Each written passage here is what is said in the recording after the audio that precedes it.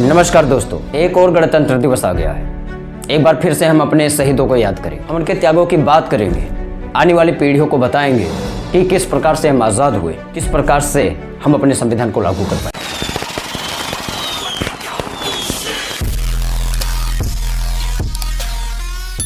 कई प्रकार के उत्सव होते हैं हमारे स्कूल कॉलेजों में, कई प्रकार के नृत्य भी किए जाते हैं जिससे हर किसी को एक मैसेज मिले कि आखिर में हमारे फौजियों की किस प्रकार की जिंदगी होती है। किसी ने बड़े कमाल की बात कही है कि न्यू को कोई नहीं देखता, उसकी व्याख्यान कोई नहीं करता, अक्सर हम बनी हुई मंजिलों को देखते हैं। ठीक उसी प्रकार से भारत का इतिहास है। हम हमेशा नेताओं की बात करते हैं, ऐसे एक्टरों की बात करते हैं जो फिल्मों में आते हैं। हम उन्हें कॉपी करना चाहते हैं जो ड्रामे करते हैं।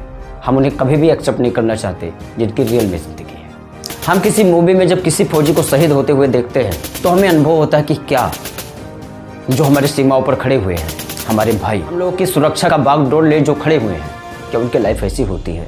यकीन मानिए, जब मैंने उनको बताते हुए उनकी कहानी देखी तो मैं अपनी आंखों के आंसू रोक नहीं पाता था।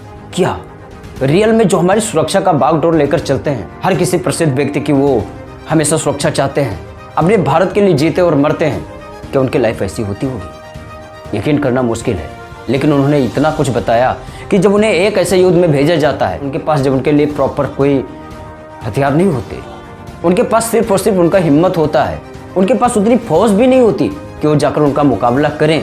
जो किसी अंधेरे में बैठा हुआ व्यक्ति उनको निशाना बना रहा है, उनको ये तक पता नहीं है कि इस रूम में जाने की जगह भी कैसी है। उस समय भी वो अपनी जान की परवाह नहीं करते और सिर्फ हमारी रक्षा के लिए अंदर चले जाते हैं। 4 गोलियां खाने के बाद में भी, जीवन मरण के सैया पर लेटने के बाद भी, न कोई उन्हें हमदर्दी के लिए जाता है, न उनकी कोई मीडिया में फोटोज आती है, न उन्हें फेमस किया जाता है। सिर्फ चर्चाएं होती है उनकी जो इमारत बना गया। न्यू की कोई बात नहीं करता। उन्होंने बताया कि उन्हें क्या कुछ मिला, क्या कुछ उन्होंने अकेले तन्हाई में झेला। एक तो उनके पास ये दर्द ऑलरेडी थी कि वो उसकी रक्षा नहीं कर पाए, वो उससे पहले ही ढेर हो गए। और दूसरा दर्द ये कि उनके दर्द में भी कोई शामिल नहीं होने आया। सपने वो नहीं होते जो कंबल के नीचे देखे जाएं, बल्कि सपने वो होते हैं जो मैदान में देखे जाएं, प्रैक्टिस एरिया में देखे जाएं, जहां से आपकी ज़िंदगी शुरू होती है और जहां पर ख़त्म होती है। जिस दिन आप अपने भूख प्यास को भूल जाइए, जिस दिन धूप छाँव को भूल जाइए, जिस दिन आने वाली और गुजरी हुई परिस्थितियों को भूल जाइए, सिर्फ एक ही कंडीशन आपके सामने हो कि मुझे ये बनना है, उस दिन कोई भी आपको नहीं रोक सकता कि आप वो नहीं बन सकते। जी हाँ दोस्तों, मैं बात कर रहा हूँ MARCOS marine commando Praveen Kumar Tewatia साहब की, जिन्होंने 26/11 में ताज होटल में एंट्री तो की उसकी सुरक्षा के लिए, जिसमें प्रसिद्ध लोग बैठे हुए थे, जिसमें भारत के वो अस्तित्व थे कि अगर वो ढेर हो जाते तो शायद हमारा भारत भी कहीं का नहीं रह जाता। उनकी रक्षा के लिए जब वो अंदर घुसते हैं तो उनके सामने सिर्फ और सिर्फ अंधेरा होता है। उनके पास उतना विवियन भी मौजूद नहीं होता जिससे वो उनका मुकाबला कर पाए। फिर भी हौसलाओं के चलते वो उनका सामना करते हैं। उनकी सामना करते हुए जब उनको एक गोली लगती है और उनके साथी वहां से भाग निकलते हैं, तब सिर्फ और सिर्फ वो और उनकी मौत उनके पास रह जाती है। या तो मार दें या फिर मर जाए। मार्कोस यानी जल, वायु, उन्हें ना तो जल में जाने का कोई डर हो, न जमीन पर लड़ने का कोई खौफ हो, और न ही हवाई यात्रा में कोई भी प्रॉब्लम हो। यानी सब चीज़ों में प्रॉपर रूप से तैयार होकर कोई मार्कोस बनता है। अगर मैं बात उनके ट्रेनिंग की करूंगा तो वीडियोस बहुत लंबा होगा, लेकिन आप इतना जानिए कि उस तरह की ट्रेनिंग होती है कि जिस तरह से कोई कल्पना भी नहीं कर सकता। 18 किलो का वेट कंटिन्यू उन्हें बांध कर चलना ही चलना रहता है। कुछ भी करें, 18 किलो का वेट उनके कमर में रहता है, कमर छील जाती है। एक मार्कोस की जब इतनी रिस्पेक्ट होती है भारत में कि उससे कोई मिलने न जाए। जब वो 4 गोलियां ताश से खाकर बिस्तर पर लेटे होते तो कोई मिलने नहीं गया। उनका कहना है कि सिर्फ और सिर्फ 50,000 का चेक कोई चपरासी लेकर गया था, जो हमदर्दी के साथ उनको देने आया था कि तुमने अच्छा काम किया।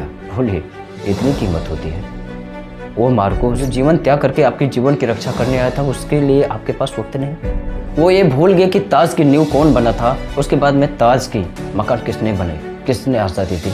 सबसे पहले ये तो सोचना चाहिए कौन पहले आया और कौन बाद में जीता। इंपॉर्टेंट ये नहीं होता कि लास्ट वाला खिलाड़ी कितने छक्के मार के जाता है, इंपॉर्टेंट ये होता है कि शुरुआत का गेम किसने संभाल कर। बात करें हमारे नेताओं की, हमारे यहाँ मूवी कलाकारों की, तो उन्हें क्या क्या सुविधाएं मिलती है। एक बार इसे गूगल पर सर्च कीजिएगा, नमक और मिठाई दोनों अलग अलग दिखेंगे। तो मैंने जब वो इंटरव्यू देखा तो मुझे इतना कुछ फील हो रहा था कि ये तो ऐसा हो रहा है किसी के हौसलों के साथ में खिलवाड़ करके उसे हम यूज़ कर रहे हैं। मेरे ख्याल से सबसे पहले भारत के रक्षकों की डिमांड पूरी हो, फिर बाद में बचे जो नेताओं की, और उसके बाद हम सबकी पूरी हो।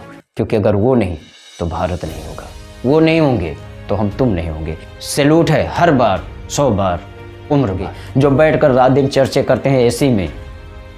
एक बार वो भी पहाड़ों पर जाकर देखे मंजर क्या क्या होता है। इन्हीं बातों के साथ मैं अपने वीडियो का अंत करूंगा, लेकिन याद रखिए आर्मी मेंबर जहां कहीं भी देखें उनको सैल्यूट कीजिए, उनको हृदय से प्रणाम कीजिए, क्योंकि वही सच्चे हीरो हैं। अभी तक बने रहने के लिए आपका बहुत बहुत धन्यवाद। मिलते किसी इंटरेस्टिंग वीडियो में, तब तक के लिए जय श्री राम, वंदे मातरम, नमस्कार।